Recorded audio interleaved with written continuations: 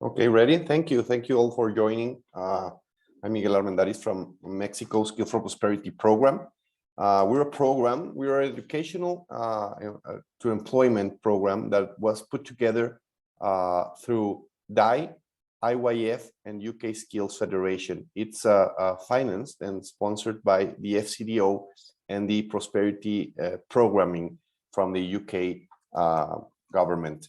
We're an educational program in Mexico that is trying to align critical skills for students that are planning to get a job in the formal economic sector. Mexico, in the last 15 years, has grown. Its educational public system has grown potentially. And with this, not necessarily the productivity of the country has grown. Mexico in the last 15 and 20 years was worried to bring closer education for the education being equitative and accessible for all, but not necessarily the quality and the relevance of the education. So now in the Mexican context, we have schools for young people to attend in, but the initiative or the investments on getting the mark and lowering the gap between what are the skills needed for the young people that are going towards a job, what are the skills needed and what are the skills they have. So Skills for Prosperity program has made these alliances to bring closer the decision-making in schools for those knowledges that the kids are having and those skills that we want to develop. We are a very big education system in Mexico. We are 33 million students are enrolled. 89% of those students attend a public school. So you can imagine the size of the context we are working in. But the interesting thing is we have good schools, we have good teachers, but we need to align contents that be relevant for the needs of the economic sector. And what the other thing that we are attending as a program and as a country is the dropout rates. If for every 73%, for every 7 kids that enroll to basic education, only 2.5 will graduate from their professional studies. So we have big dropout rates through all the schooling life of our youth. So this is because several factors. One, it's very important because suddenly when they are studying, they realize that what they are learning, it's not necessarily connecting with the needs of the economic sector. So these years that they are investing in school, they will not be as well paid as they thought. So they prefer to go out and get a job not necessarily linked with the things that they were studying. Can we move to the next slide? We are working in Mexico. We built this tough consortium with IYF, DAI, and UK Skills Federation, and we selected with our local partner, our local client, that it's the UK Embassy in Mexico. We selected 4 states to work with. 4 states that represented different kinds of opportunities. We selected a state in Mexico, a northern state, a industrial state with well-built clusters around the automotive and the 4th industrial revolution sector, that is Chihuahua. This is a state that has a big border with the United States, and it has a big employability sector, but it has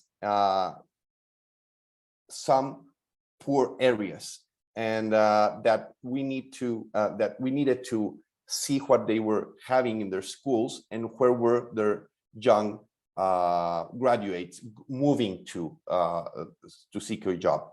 We selected Jalisco, a state that has a very relevant cluster in the IT technologies. It's well known. Jalisco is well known worldwide because its IT sector is growing, and so as everybody knows, IT sector demands a lot of specific skills on graduates so they can continue with the demand. We selected Puebla. It's a centered state with a lot of poor areas, but with a very, very big and growing automotive cluster. We selected Oaxaca. Oaxaca is a southern state, very different, with a social structure very different as Jalisco, Puebla, or Chihuahua, because it's vacancies, job vacancies, they're not so big or not so demanding as the other three states. And that's why we went to Oaxaca.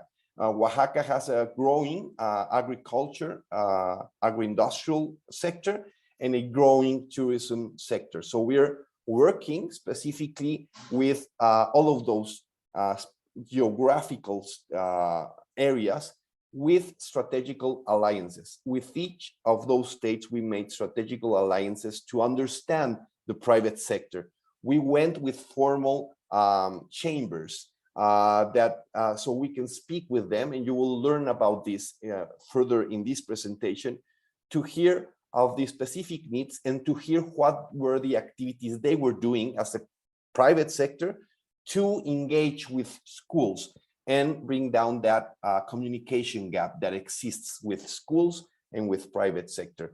As an example of strategic partners that we have built through these 2 first years of the program, we have the IDB, we have Cisco, that we built some specific alliances with them to skill up students in the IT sectors, and the PepsiCo Foundation. And we have a local alliance with the federal government regarding the gender and equity strategy that the program has. To the next slide, please. How are we doing this? We're doing this, we're convinced that we need 3 foundational pillars. We need to engage on quality, equity, and relevance, and take them all together on this connection with schools and the formal economic sector. We want to build inclusive economic growth in Mexico through creative processes that gives all the same opportunities to engage on a better life and a better income. We're doing it with 5 interventions. We do interventions. First, we go and knock the door of public schools. We see the appetite they have, the willingness to change, the willingness to learn. Once we understand this, we have tailor-made activities, 5 different interventions that are well put together and with different compositions for each of our beneficiaries. The first intervention is improving relevance and equity for in-school youth.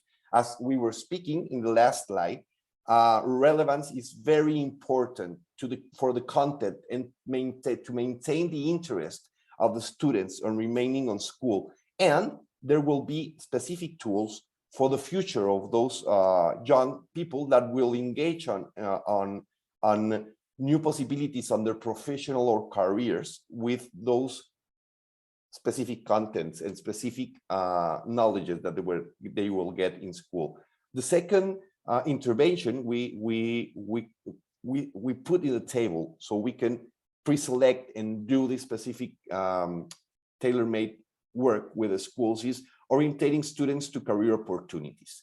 It seems that every day students have more and more information areas or things that they can use to look for a job, but it seems they are not getting the correct guidance to learn about how to read this information that exists out there. So we do these interventions with the school. With the schools, we do this specific training with the teachers. We do the specific trainings with staff of the schools that are involved on this kind of decision makings, and we enroll on these this knowledge transmission to the students. Retaining students through improved teacher practice and life skills. One of the main problems we were seeing in the first slide is the dropout rates we have. It's a lot of factors are around when a student decides to step out of school. But we try to build safety nets with teachers that have information, that maintain close communication with students, that they retain and motivate students to continue with their studies through tools that we put together and build with schools, and having as our partners the private sector too. So students can keep their motivation and thinking towards their future on better income, better possibilities to have a prosperous life. The fourth intervention of the 5 we have is helping students transition from education to employment opportunities, job placement, how to prepare for that first step. How do they do that first jump when they leave school and they go and transition to a job? That's a very important and critical moment, so they can really add value with their knowledge and the skills they had in the past, so they can go and negotiate a great job, a great first job, and learn how to prepare for that specific moment, that it's not necessarily the easiest moment in the professional life of a student. And the last intervention is our strengthening the safe learning and inclusion environments for all. We're convinced that this intervention is all over our program. The gender and equity part of the program is very relevant for us, because we know that the same opportunities need to be for all. We can't leave anyone behind. So we work with schools to understand and to make safe spaces, safe environments for their students to study and for their teachers to teach. And then we go with the private sector and we listen and we do specific workshops. We learn the ways they are doing their human resources, their staffing, and we help them to have safer environments to work and more and open to all, not necessarily because trying to tear down social barriers that sometimes are very present in countries with the context like Mexico. So over to you, Felix. Thank you, Miguel, for explaining the context of our program. Our first step in the first phase to our strategy was to identify, describe, and analyze the skill gap. Then recommend measures to address the qualitative and quantitative gaps between the supply of and demand for skills in the selected regional labor markets that Miguel just mentioned. For us, our skills methodology can serve as a Rosetta Stone. We see it. Can you return? Our methodology is, we see it as a Rosetta Stone between the different languages spoken by schools, which speak about learning objectives, terminal efficiencies, and evaluation rubrics, and firms which speak of positions, descriptions, routines, tasks, and return of investment. Converting the conversation into a common language about the skills allow us to identify mismatches and room to maneuver in order to design and implement effective strategies. Next one. This slide presents our skills need gap assessment methodology to understand both quantitative and qualitative skills mismatch. To determine the quantitative skills gap, the left side of the slide, we ask and answer issues from both the demand and supply. To understand the demand, we review vacancy posts, data from the National Statistical Institute in Mexico, sector studies, investment data, and in general, sector size and growth projections, volume of vacancies, salaries, positions in high demand. To understand supply, we review enrollment data from the National Education Ministry, the National University Association, educational authorities' data available, among other sources. We specifically search for enrollment and graduation in related degree programs for our prioritized sectors, students' profile, and others. Now, to determine the qualitative skills gap, the right side of the slide, and to understand demand, we review industry competency models. We are going to review deeper on this later on. Industry reports, employer surveys, linguistic analysis of job vacancies, key stakeholders interviews, and workshops. Specifically, we ask and answer regarding industrial critical skills. To understand supply, we review curricular materials and conduct key stakeholders interview, focusing on curricular analysis, but also opportunities and limitations within our educational institution structures and regulations. The following slides will focus on just one of the 4 states as a study case, which is Chihuahua, a state of Mexico, northern border with Texas. That, as Miguel mentioned, we are focusing on advanced manufacturing sector. Here, we compare our findings, the quantitative side, on the demand for advanced manufacturing in Chihuahua and the supply of potentially qualified labor to meet that demand. The resulting comparison gives us a picture of the talent pipeline for this sector in Chihuahua. There is an evident gap of 1,469 graduates between the projected 8,350 annual vacancies in Chihuahua sector and the 6,881 students that graduate from the states within relevant degree programs each year. This is a gap we need to address. This is the gap why our program exists and was designed. Considering our SNGA analysis and intelligence from Index, our local advanced manufacturing stakeholder, the industrial chamber, we were able to highlight scarce skills for the advanced manufacturing generally and automation specifically.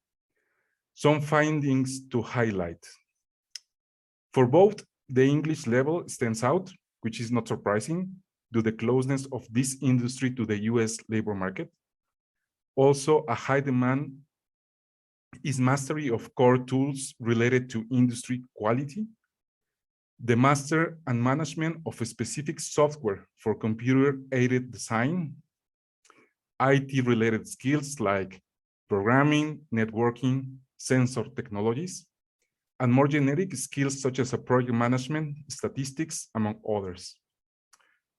Also, it is important to note that socio-emotional skills are as important as technical, where the most required skills are assertive communication, teamwork, initiative, adaptability, order, discipline, among others.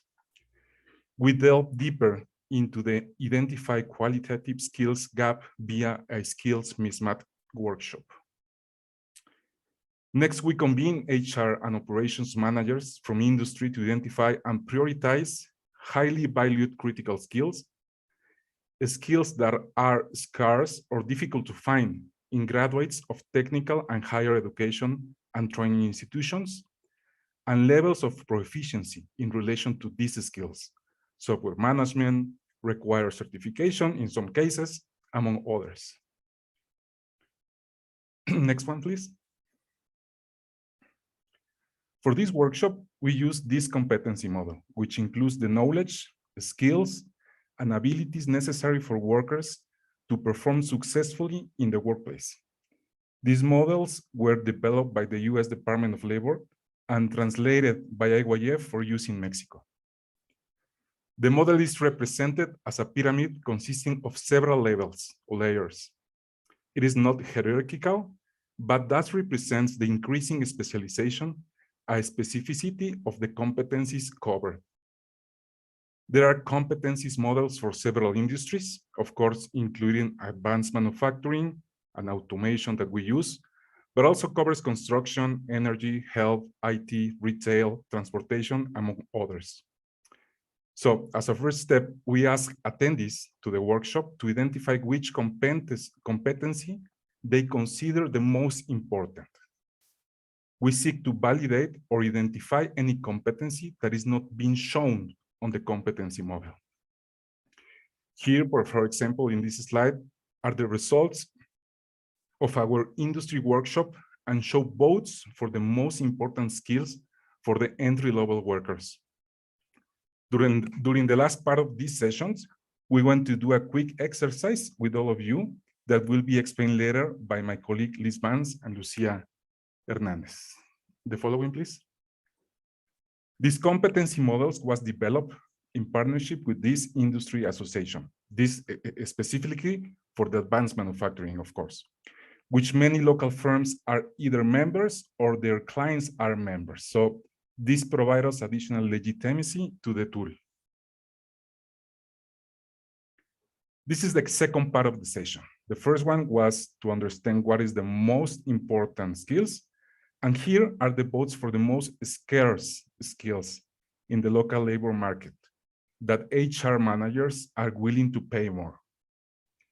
As you can see on both tables, both technical and workplace skills like teamwork, critical thinking, and problem solving are equally valued. We are convinced this is because the 4th Industrial Revolution standardized processes are largely automated. That means workers add value by solving problems. They apply technical mastery to higher order thinking skills to foresee, troubleshoot, and resolve problems, and seek efficiency as a team.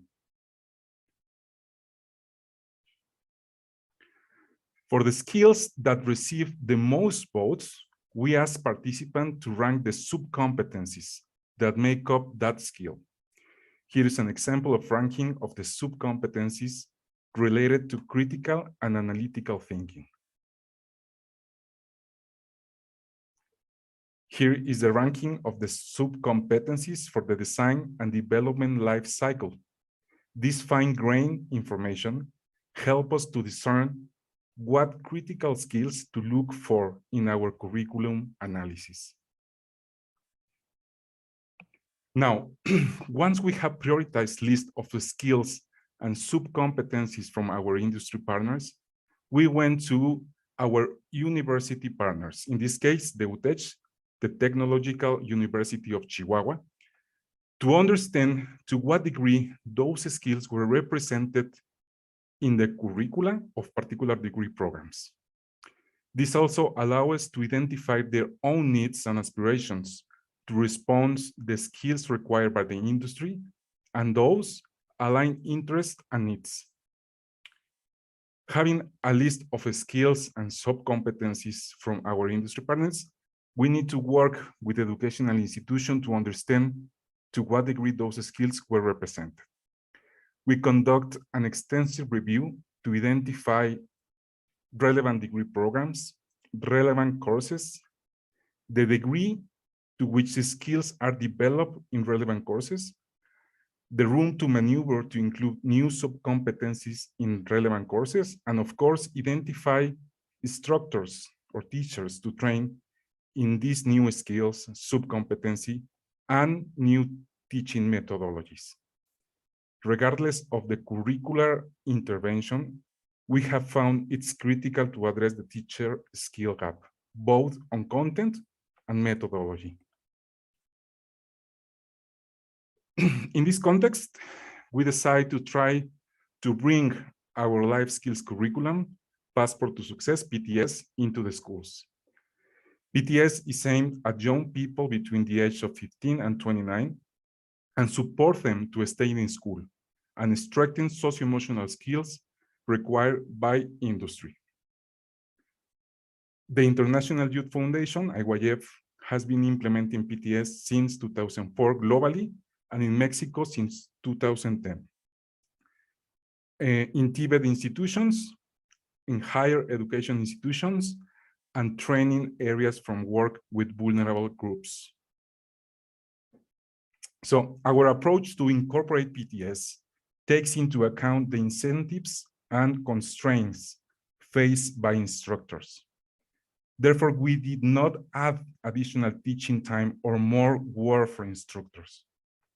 Instead, we integrated the soft skills into existing learning units and learning objectives to institutionalize the curriculum integration and reduce barriers to entry.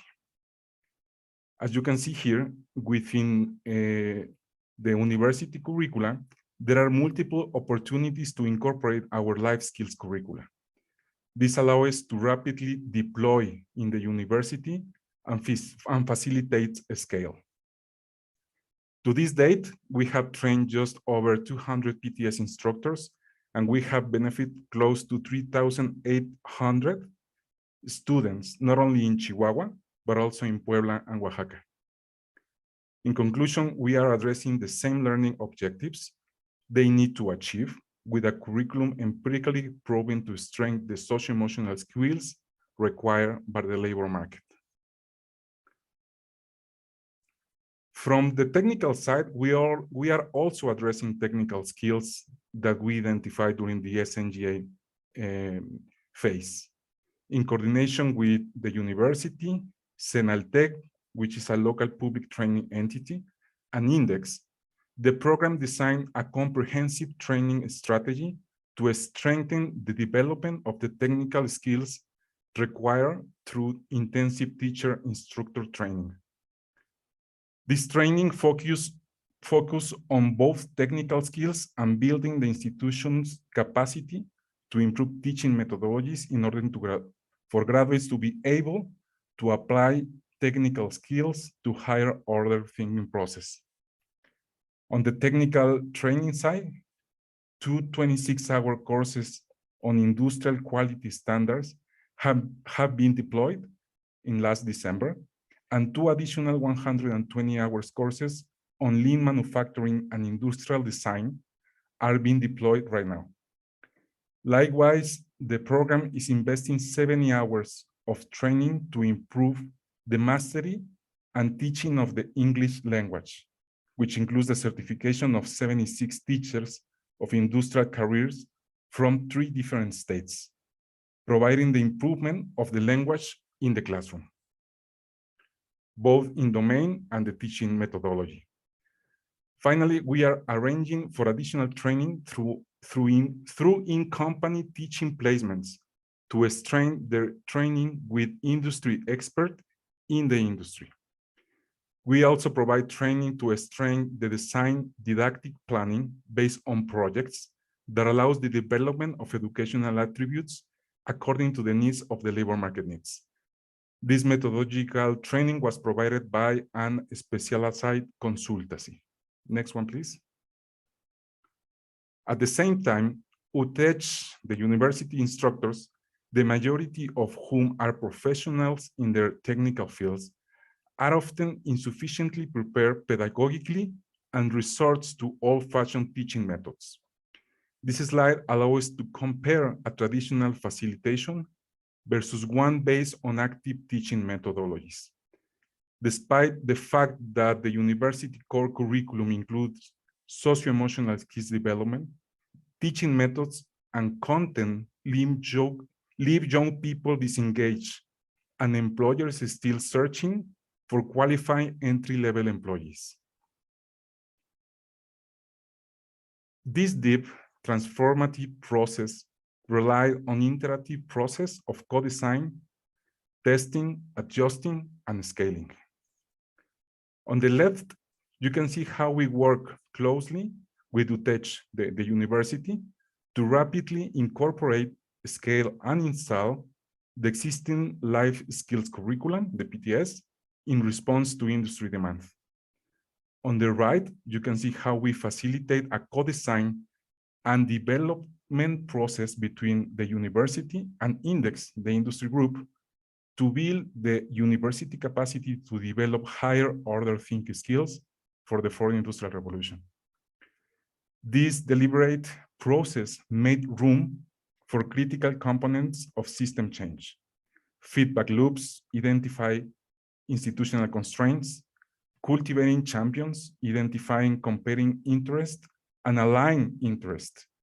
For instance, campus directors, new educational model, explicit commitment to gender equality, leading to solutions that cater to the scaling partners by addressing or overcoming institutional constraints, work with existing budget line items, infrastructure, and regulations that are designed for subtraction, not addition, and link scale and sustainability. Now, I will give now the floor to my colleagues, Liz Vance and Lucia Hernandez, to do a quick dynamic activity to simulate a workshop using the competency model with all of you. Thank you. Hello. So for this next section, IYF has developed a competency model for our own sector, for international development. We will, in a moment, change the screen share from USAID to my colleague, because we will be facilitating an interactive session. So please hold on to your hats. This competency model that we just saw on the prior slide was built or reverse engineered by reviewing vacancies from, well, all of us, from all of the international development firms, for-profit, nonprofits, et cetera, in the Washington, D.C. metro area that were published over a 2-month period in 2018. And we did this by first consolidating all of the vacancies and then codifying each of the skills listed in the requirements and job responsibilities. Once we've codified those, we came up with clear definitions of each of these critical skills in order to reverse engineer our competency model. And here's sort of how ugly that incredible Excel became. And that helped us start to come up with sort of buckets of skills and then definitions of skills. And from that, we then took the most frequent tech skills for the lower levels of the pyramid and the less frequent ones for the higher levels of the pyramid. So with that, we're going to switch over and we're going to actually facilitate with you all the same workshop that we use with industry. To do that, you're going to need to access an interactive platform. There's 2 ways that you can access this. One is the link that you see written on the left, which will also appear in the chat. Or you can use your cell phone to take a picture of the, to use the camera to access the same tool from your cell phone using the QR code on the right. If you have any questions or are unable to access the platform, my colleagues and myself will be more than happy to assist you in the chat. You can access the chat along the bottom of your screen. You'll see mute, stop video, a count of participants, and then the chat bubble. And if you click on that, you can access the chat, either to send a message requiring help or to click on the link that's now available in the chat. Lucia will let me know when most of us are already enrolled on the interactive platform.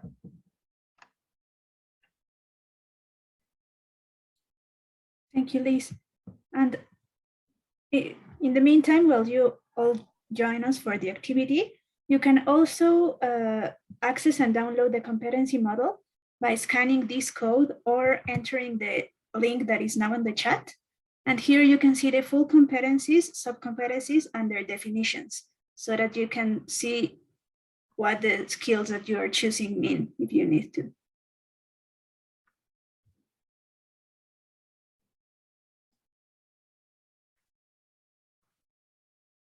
So just a quick instruction. After you access the link in the Paul F link, you will see the following window. You can use any browser except for Internet Explorer because it won't work. The first thing you will need to do is to accept the cookies of the site. And then you can add your name and the institution you belong to, and then click on continue. And after that, you should be seeing this window, and then we can wait here for the activity to begin. We are also having our own sessions in case someone cannot access the platform, so that if you want to see your results on screen, you can share them with us through the chat, and we can add them to the activity. And you will also be able to see the live results through the shared window. So if anyone has any trouble accessing, please let us know and we can help you.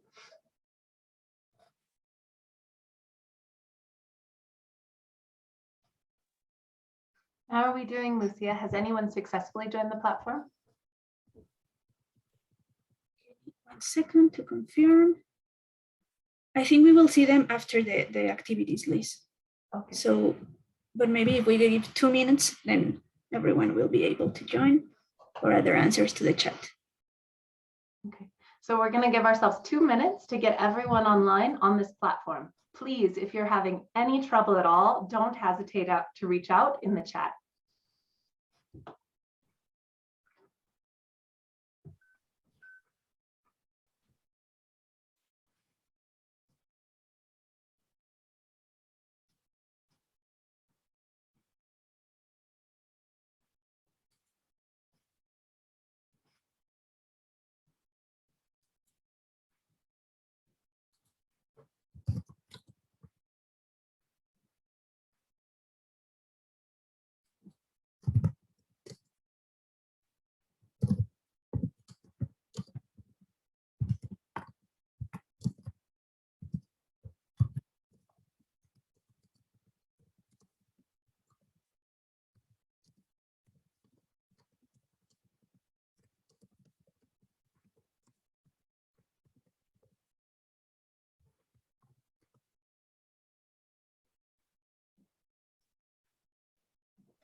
I think we can start.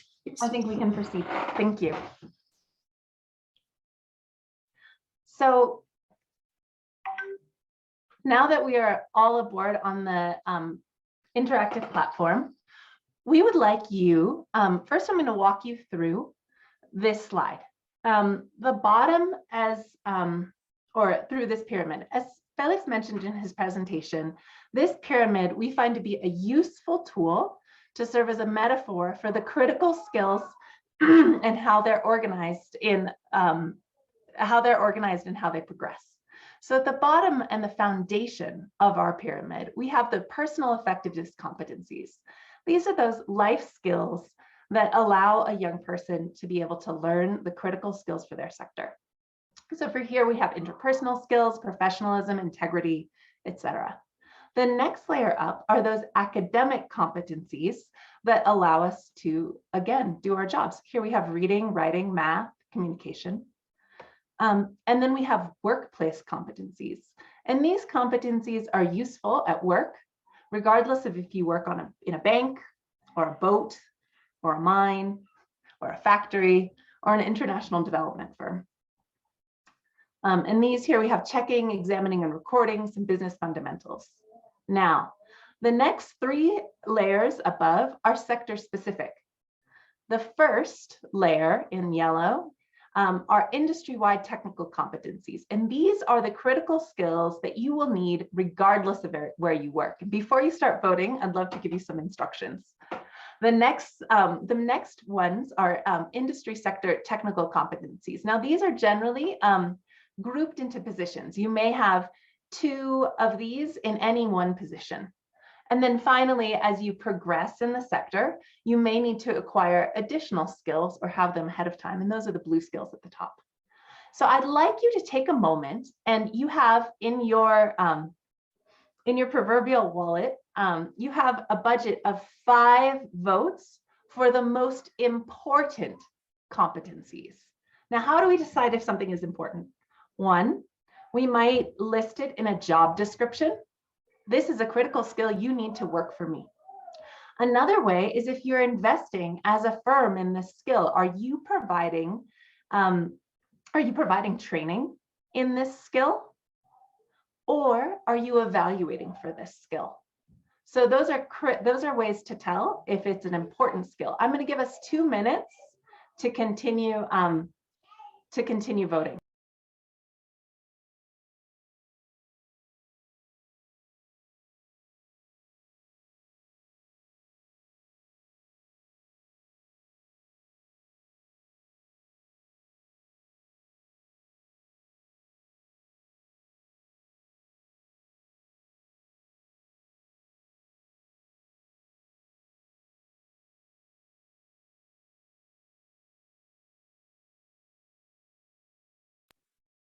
Great. How are we doing on votes, Lucia? We have 18 already. Excellent. So I'm seeing that there's some double votes in a couple areas. Critical and analytical thinking, research, business development, problem solving and decision making. Business development now has 3. Adaptability and flexibility. You know, if we didn't have business development on this table, this would look a lot like the advanced manufacturing competency model. We find that many of our industry partners highlight problem solving and decision making and critical and analytical thinking and adaptability and flexibility. And I'd like to remind you that if you're not able to vote or use the interactive platform, please feel free to add your votes in the chat, and we can log them on the pyramid. So I'm going to give us a minute more, and then we're going to move on to voting for scarce competencies.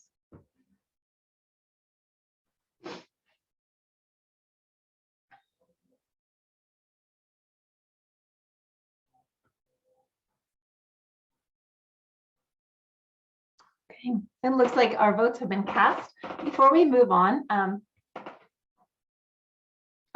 usually at this point, we ask our voters what led them to vote for any of these particular skills. But I understand that taking us all off mute in this session, is that possible, Siobhan?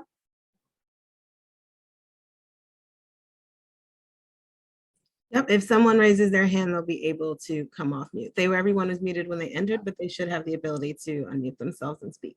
Wonderful. So I would love to hear from anyone who voted for business development or critical and analytical thinking, why they selected that as an important skills for an entry-level position in international development.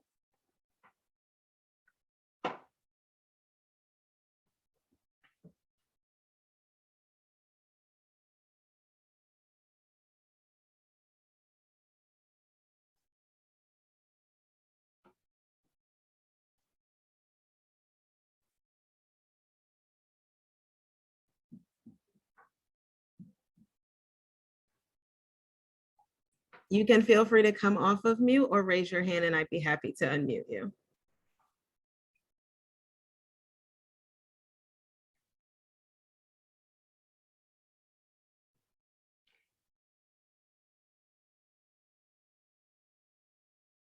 Rosa, Pedro, Paul, Lucky, Kate, Jaime, Estefania, Edward, Dana, Angelica, or Alaya, we'd love to hear from you.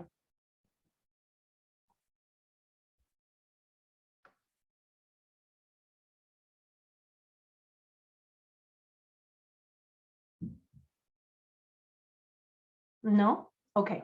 We're going to move on to voting for scarce skills. So now you have a new budget in your, you have a budget of 3 votes only. And this is for scarce skills.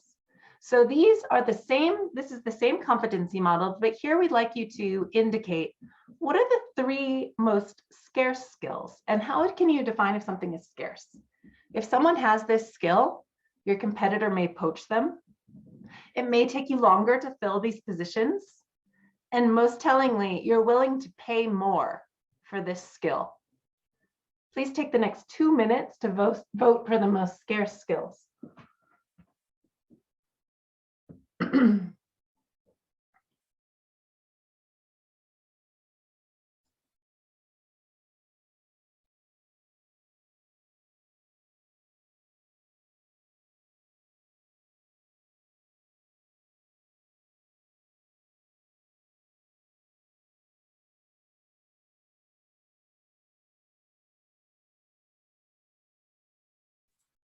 We are at 7 votes, Liz.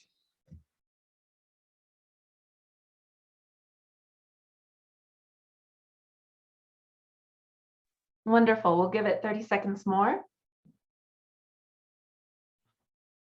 Get your last vote in. And it looks like what's interesting is your scarce skills have very little overlap with your most important skills. Here we have some contextual and technical expertise, monitoring, evaluation, learning, teamwork, planning and organizing, creative thinking, science and technology, and interpersonal skills.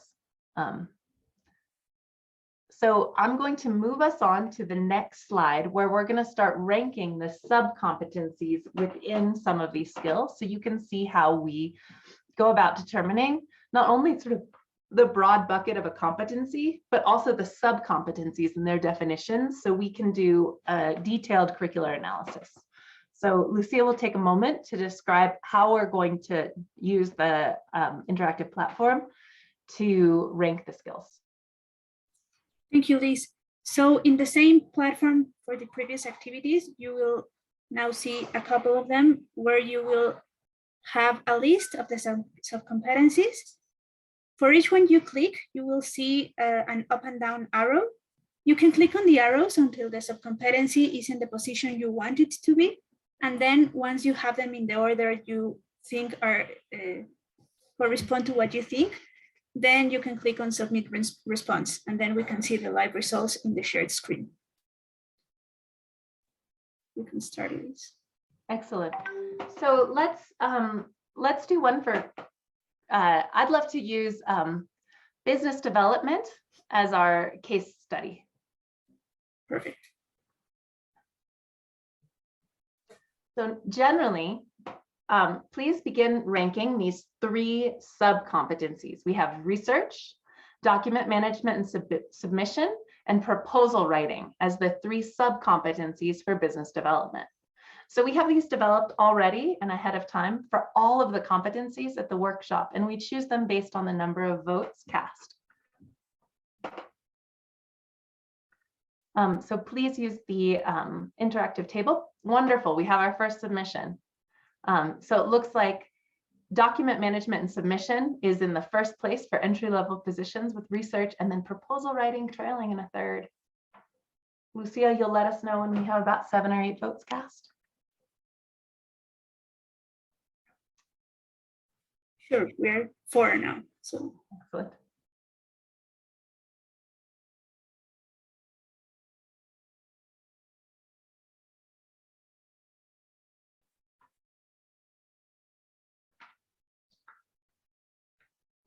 When we get to the discussion period directly after this, I'd love to hear from the group or right now why we're consistently ranking proposal writing third.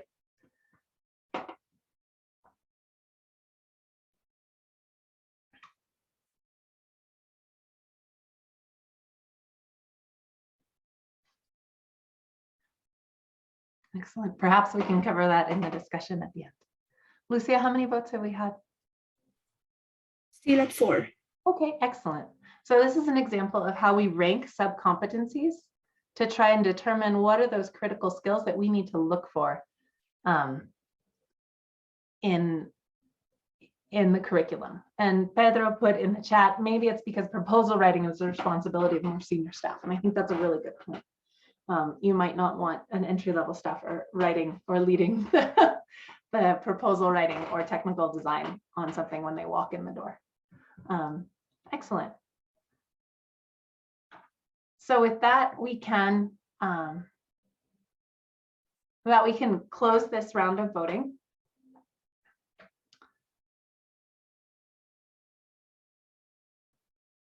And we can go back to the next slide.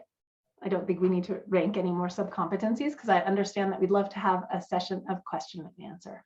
So I hope this was a clear demonstration of how we identify industry critical skills among industry partners in a design thinking workshop. We do this both in person and online in order to determine what are those critical skills that we need to look for in curricula. So I would encourage us to take off the mute on our microphones And we're available for a session of question and answers.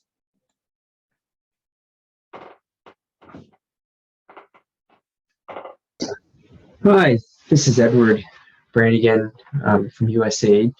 A question just regarding, thank you for your presentation. A question I had was, how did you identify initially these skills, and how did you sort of group them? Certainly. Do you mean in general or for this specific competency model, Edward?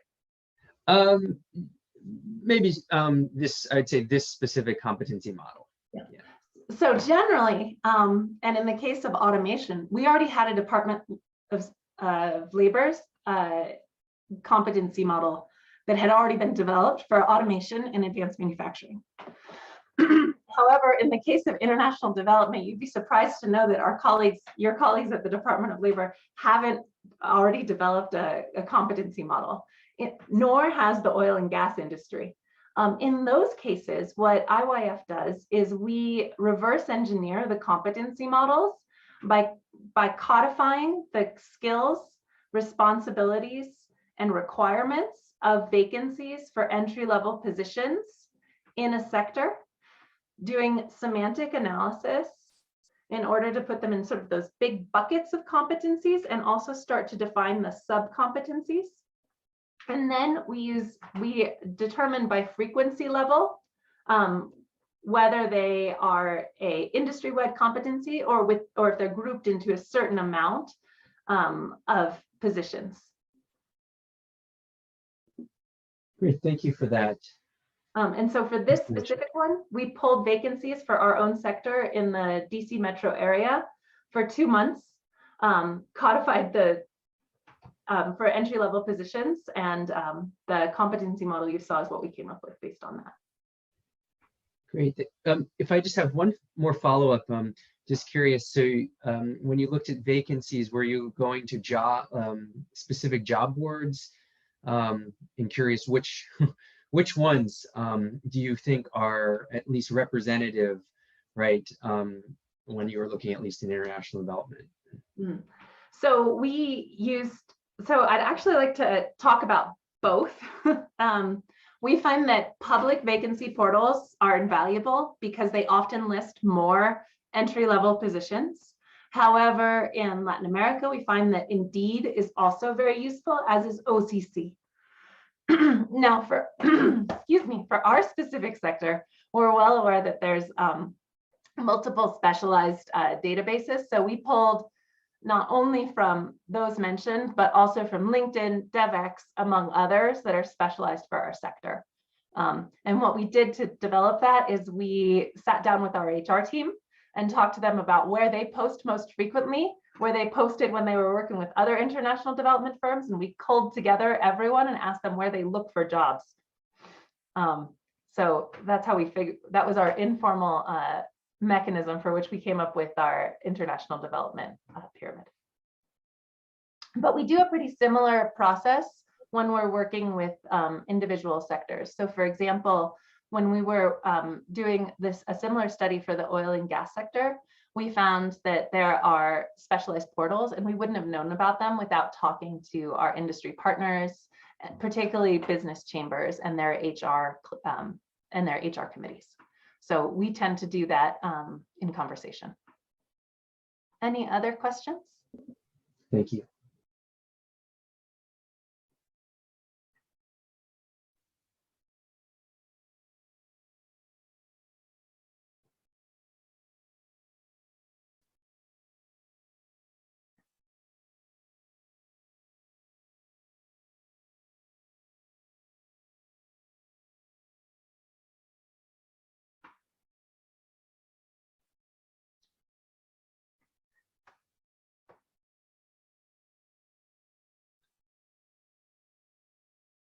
Thank you. Thank you, everyone.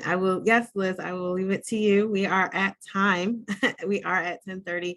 I do want to thank everyone for joining, and I will leave it to the team who has given this wonderful presentation to wrap it up. Felix, Miguel, I don't know if you want to add any closing words. just say thank you, and we are available if anybody wants to reach out and have a specific chat or interchange some experiences, lessons learned. Welcome. We're very happy to learn about all of you and you learning about the program in Mexico. Thank you, Liz, Felix, and Lucia for doing this presentation, and thank you, USAID, for putting together this event. Same from my side. Thank you. And in our videos here are available in the web for the session, so anyone can reach us to continue learning on this program. Thank you.